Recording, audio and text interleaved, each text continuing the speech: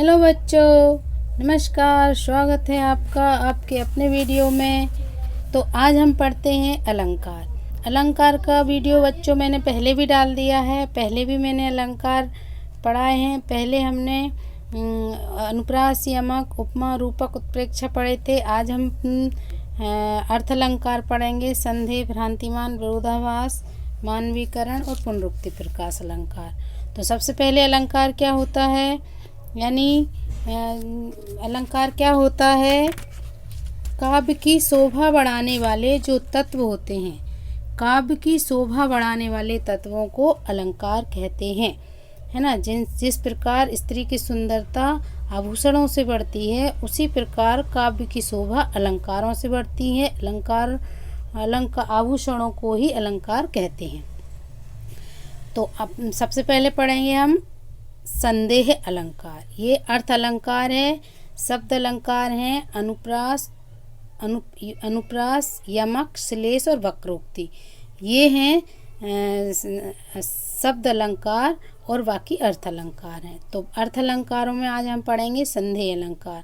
जहाँ रूप, रंग और गुण की समानता के कारण, रूप, रंग और गुण, रूप है, रंग है, गुण है, इसकी समानता के कारण किसी वस्तु को देखकर यह निश्चय न हो कि यह वही वस्तु है, वह संदेह अलंकार होता है।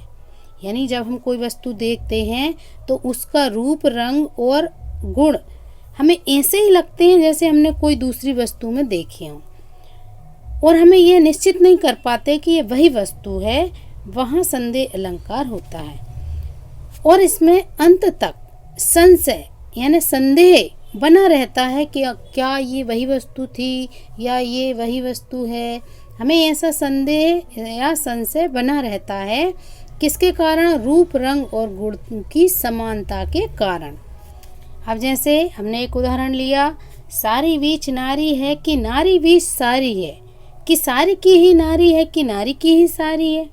अब इसमें हमें यह संदेह हो रहा है कि सारी के बीच, सारी यानी साड़ी, कि साड़ी के बीच नारी है कि नारी के बीच साड़ी है, कि सारी की ही नारी बनी हुई है कि नारी की ही साड़ी बनी हुई है। यानी इसमें हमको ये संदेह हो रहा है, इसलिए कौन सा अलंकार है? ये संदेह अलंकार है। और ये हमें अंत तक यह संशय बना हुआ है कि ये कौन सा है। मतलब ये संदेह है कि सारी के बीच नारी है कि नारी के बीच सारी, तो ये संदेह अलंकार। फिर अगला है भ्रांतिमान अलंकार।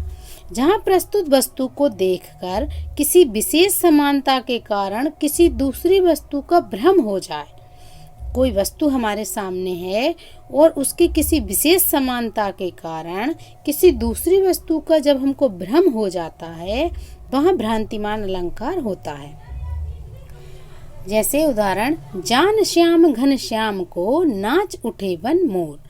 अब यहाँ पर जान श्याम घन श्याम को नाच उठे बन मोर, यानी जो वन के मोर हैं वो श्याम को यानी श्री कृष्ण को काले बादल समझकर नाचने लगे। यानी उनको ये भ्रम हो गया कि काले बादल आ गए, क्योंकि जब बारिश होती है, काले बादल छाते हैं, तब मोर नाचने लगते हैं।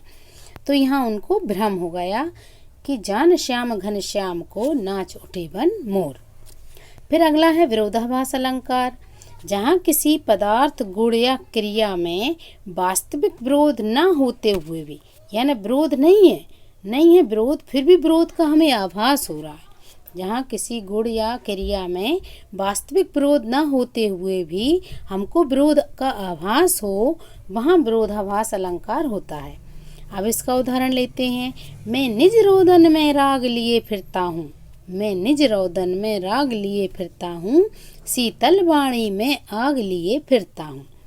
यानी यहाँ वास्तविक विरोध ना होते हुए भी विरोध का आभास हो रहा है, इसलिए ये कौन सा अलंकार है? विरोधाभास अलंकार। वास्तविक विरोध ना होते हुए भी विरोध का आभास हो, वहाँ विरोधाभास अलंकार होता है। मैं निज रोदन में राग लिए फिरता हूँ, शीतल वाणी में आग लिए फिरता हूँ। तो अब अगला पढ़ेंगे हम कौन सा अलंकार? अगला है मानवीकरण अलंकार। मानवीकरण अलंकार में क्या होता है? जहाँ मानव के अतिरिक्त निर्जीव और अमूर्त पर मानव सुलभ गुण कर्म आदि का आरोपण करके मानव के समान प्रस्तुत किया जाता है, वहाँ मानवीकरण अलंकार होता है। यानी मानव की क्रियाएं होती हैं, जैसे मानव हंसता है, गाता है, रोता है, खाता है, मानव करता है। लेकिन मानव को छोड़कर जब हम अमूर्त वस्तुओं पर, जैसे अमूर्त कोई चीज़ है, जैसे कि सूर्य है, चंद्रमा है, पृथ्वी है, तो ये जब क्रियाएं करती हैं, हंसती हैं, गाती हैं, रोती हैं, फूल हैं, बगीचा हैं, तो ये जब जो हंसते हैं, रोते हैं, गाते हैं, तो उन पर जब ये आरोपण किया जाता है कि ये काम कर रहे हैं, वो मानवीकरण अलंकार होता है। जैसे फूल हंसें कलियां मुस्काएं, फूल हंसें कलियां मुस्काएं। अब हंसने का काम तो मनुष्य का है, लेकिन हम यहाँ फूलों से कह रहे हैं फूल हंसें कलियां मुस्काएं, तो ये वो मानव के समान क्रियाएं कर रही हैं, इसलिए ये कौन सा अलंकार है? मानवीकरण अलंकार है।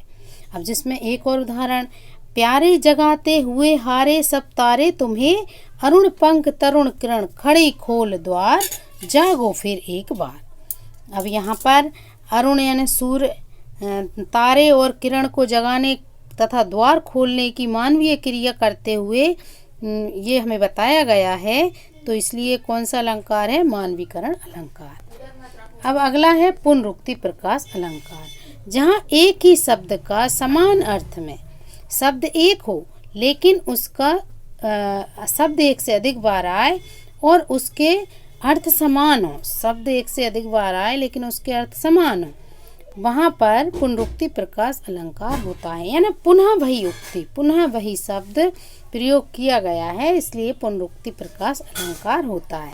जैसे पुनि पुनि मुनि उकसह अकुलाही, तो ये क्या है? पुनि पुनि मुनि उकसह अकुलाही, ये कौन सा अलंकार है? पुनरुक्ति प्रकाश अलंकार। यानी पुनि पुनि शब्द का प्रयोग एक से अधिक बार हुआ है लेकिन अर्थ एक ही है।